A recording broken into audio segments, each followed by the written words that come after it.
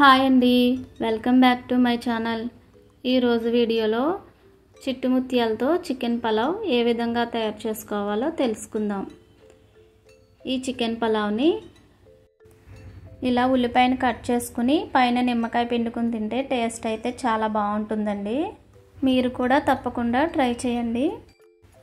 ముందుగా ఒక గిన్నె తీసుకుని చిట్టుముత్యాల రైస్ని వేసుకోండి. ఇవి నేను ఒక గ్లాసు బియ్యం తీసుకున్నానండి. ఈ రైస్ మనకు సూపర్ మార్కెట్లో దొరుకుతాయండి.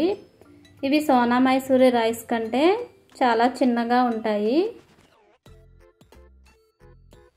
ఈ బియ్యాన్ని శుభ్రంగా 2 సార్లు కడిగి ఒక జాలి గిన్నె తీసుకుని నీరంతా వాడిపోయేటట్లు పక్కన పెట్టుకోండి.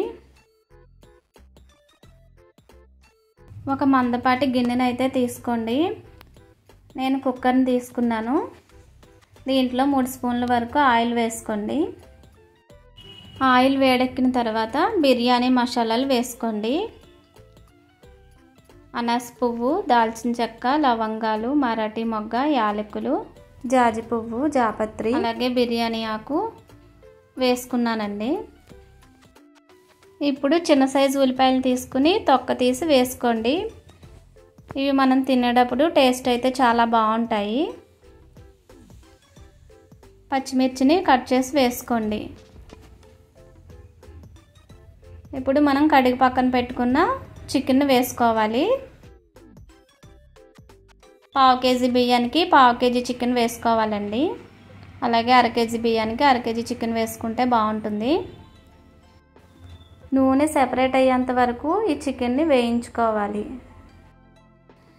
ఇప్పుడు 1 టేబుల్ స్పూన్ అల్లం వెల్లుల్లి పేస్ట్ వేసుకుని పచ్చివాసన పోయేంత వరకు వేయించుకోవాలి. కొంచెం కొత్తిమీర కూడా వేసుకోవాలి.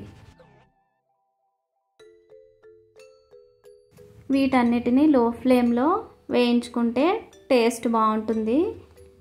హై ఫ్లేమ్లో పెట్టి వేయించామంటే మాడిపోయి టేస్ట్ అయితే మారిపోతుందండి.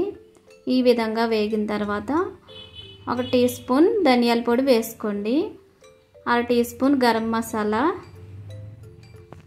1 టేబుల్ స్పూన్ కారం వేసుకుని ఇవన్నీ కలిసేటట్లుగా కలుపుకోండి. ఇప్పుడు మనం ముందుగా కడిగి పెట్టుకున్న బియ్యాన్ని అయితే వేసుకోవాలి.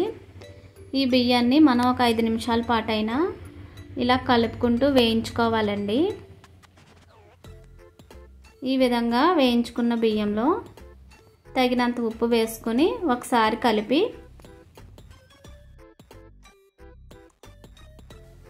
గ్లాస్ బియ్యానికి 2 గ్లాసుల వాటర్ని వేసుకోవాలి.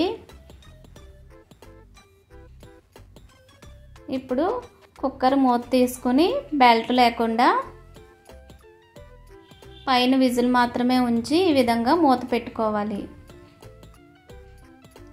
10 నిమిషాల తర్వాత మూత తీసి కొంచెం నెయ్యి వేసుకుని ఒకసారి కలుపుకొని మూత పెట్టి లో ఫ్లేమ్లో మళ్ళీ 10 నిమిషాల పాటు ఉడికించామంటే చిట్టుముత్యాల చికెన్ పలావ్ ఈ విధంగా తయారవుతుందండి.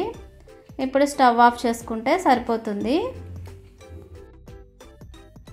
చూడండి, ఈ విధంగా అయితే రైస్ అది పొడి పొడిలాడుతూ మంచి టేస్ట్గా అయితే ఉందండి. మీరు కూడా తప్పకుండా ట్రై చేయండి. ఏ విధంగా వచ్చిందో కామెంట్ చేయండి. ఈ వీడియో కనుక మీకు నచ్చితే లైక్ చేయండి, షేర్ చేయండి, సబ్స్క్రైబ్ చేసుకోండి. మరొక మంచి వీడియోతో మళ్ళీ కలుసుకుందాం. Thank you for watching.